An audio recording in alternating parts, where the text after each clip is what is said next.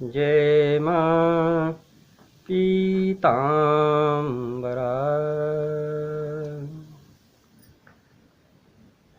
माँ भगवती पीताम्बरा की सदा ही जय जयकार।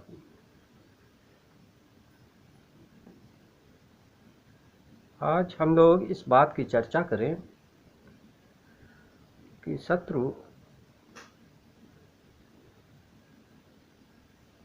शत्रुओं के द्वारा जो प्रयोग किए जाते हैं उनको कैसे रोका जाए।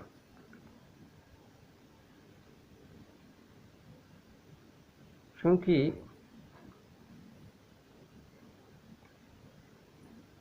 पगला उपासना का अधिकतर लोग इसलिए उपयोग करते हैं अपने शत्रुओं से बचने के लिए, शत्रुओं के द्वारा की गई कार्रवाई से बचने के लिए ही इनका अधिकतर प्रयोग किया जाता है।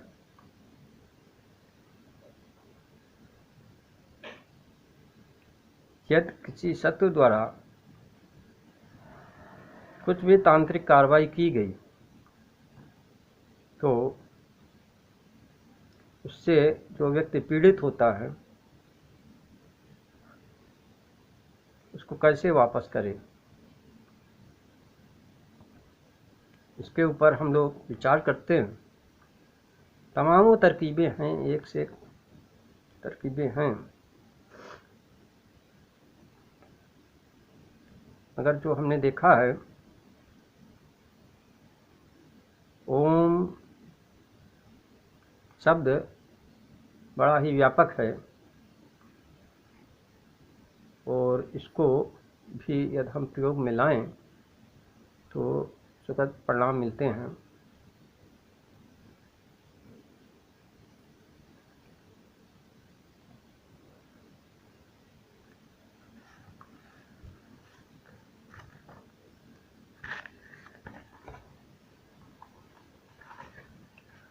बगला प्रतिंगिरा जो है, बगला प्रतिंगिरा,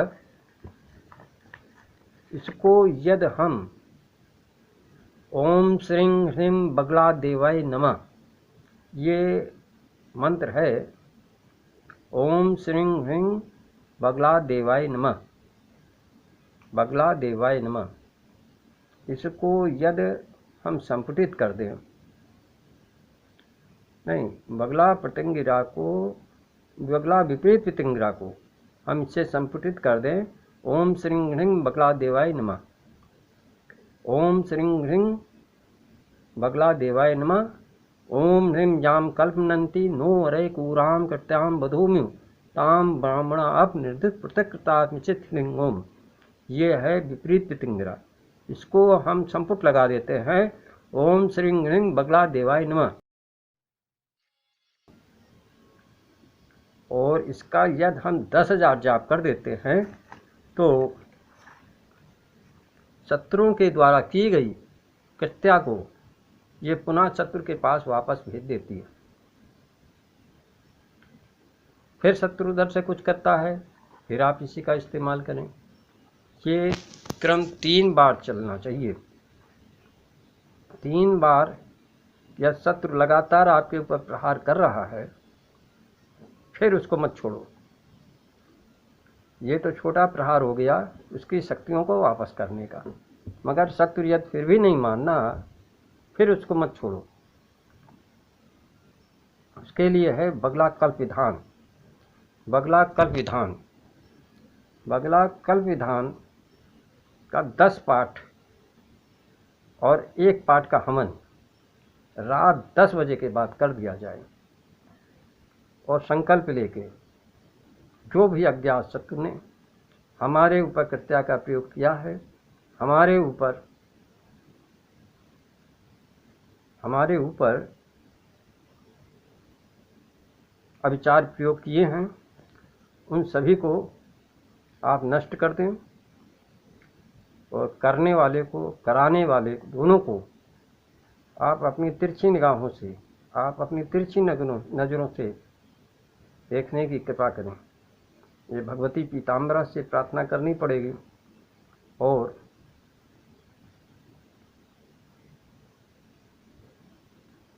फिर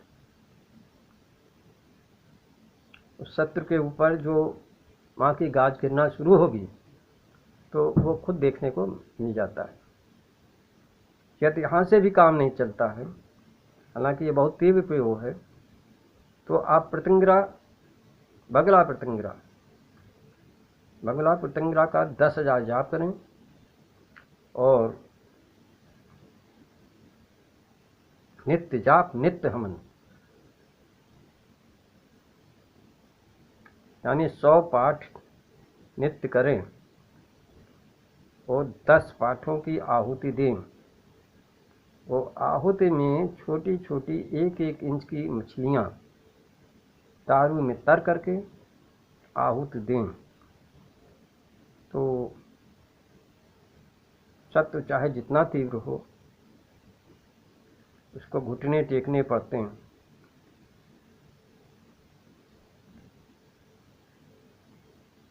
और भी इससे भी तीव्र भयंकर प्रयोग हैं, मगर मैं उसको नहीं बता सकता क्योंकि लोग उसका दुरुपयोग करेंगे, ये मैं जानता हूँ।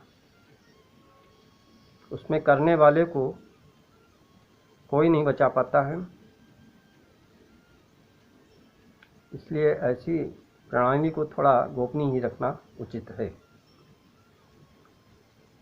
यदि फिर भी आपका शत्रु बहुत तीव्र है और इन 2 प्रयोगों के बाद नहीं मान रहा है, उस समय तो इसका करना अनिवार्य ही हो जाता है। वो फिर मैं बाद में बताऊंगा।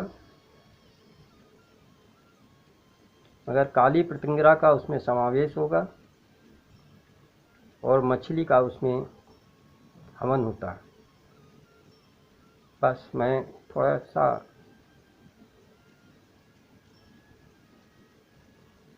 सा ही उसके बारे में बतला के अपनी बात को विराम देता हूँ, क्योंकि ये बहुत ही खतरनाक और दुर्लभ प्रयोग है।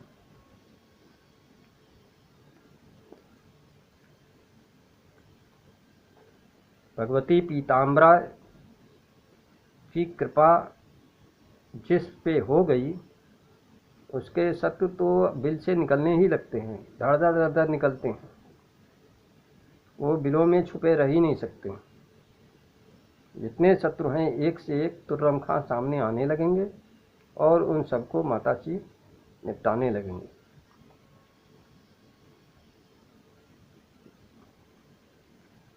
भाई हेरा डिपार्टमेंट ही हैं इस चीज़ की, शत्रु निग्रह के लिए। फिर डर किस बात का है? हेरा डिपार्टमेंट के साथ बैठे हो और डरते हो अपने शत्रुओं से। शत्रु चाहे जितना तीव्र हो उसको माँ के सामने झुकना ही झुकना है। बस आप राइट टाइम रहो और अपनी शक्ति बढ़ाते चलो। 36 लाख मूल मंत्र का आंकड़ा पूरा करो। यौगिक क्रिया के ऊपर मैं इसीलिए बार बार दबाव बनाता हूँ कि यौगिक क्रिया करो, यौगिक क्रिया करो। नित्य जाप करे जो 5000 विजय पावे बहु बारंबार, बगुलामुखी की जय जयकार। ये हमने अपनी सारी कपूर क्रियाओं के नीचे ये हिंट दे रखी है, फिर भी आप लोग इसको मजाक में लेते हो, कैसे काम चलेगा? नित्य जाप करे जो 5000 विजय पावे बहु बारंबार। ये केवल यौगिक क्रिया के द्वारा ही संभव है। भगवती का यौगिक क्रिया इसी वीडियो में देख लो भैया, मैं पहले दे चुका हूँ। थोड़ी मेहनत आप भी कर लो, हम तो कर ही रहे हैं। यौगिक क्रिया किस हिसाब से कैसे की जाए ये हम पहले बता चुके हैं। 36 लाख अनिवार्य है।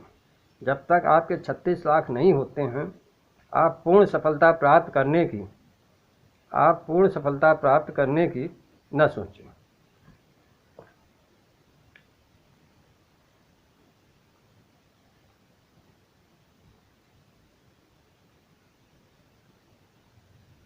क्रमशः आगे बढ़ते चलें, कहीं से कोई दिक्कत नहीं होगी। इस बात का मैं आपको आश्वासन देता हूँ, तो कहीं भी लड़खड़ाने लगे, कहीं भी हिम्मत आपकी जवाब दे रही हो, तुरंत हमसे संपर्क करें। तुरंत हम आपको समझा देंगे किस हिसाब से आगे बढ़ना है। कोई फीस नहीं है, कोई आपका पैसा खर्च नहीं होना है, केवल भाव के साथ माताश्री के जाप में लगे रहना है और भाव से माताश्री को पुकारना है। बस सफलता तो मिल के रहेगी। बहुत ही आसान रास्ता है, बहुत ही सुगम रास्ता है।